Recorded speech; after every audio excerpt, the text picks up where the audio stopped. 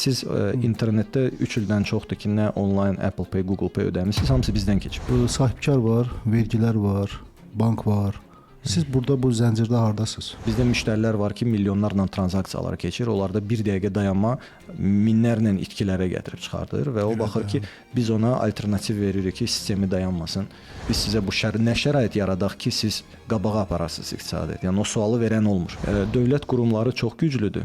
Sahibkarlar çox zəifdir və onları eşitmirlər. İqtisadiyyatda da biznes yanaşması olmalıdır. Hədəflər olmalıdır, hədəflərə çatmaq məsələsi olmalıdır. Vaxt var idi ki, məsəl üçün işə götürəndə mütləq deyirlər ki, Excel-i bilməlidir, Word-ü bilməlidir. Yəni onlar qaldı keçmişdə.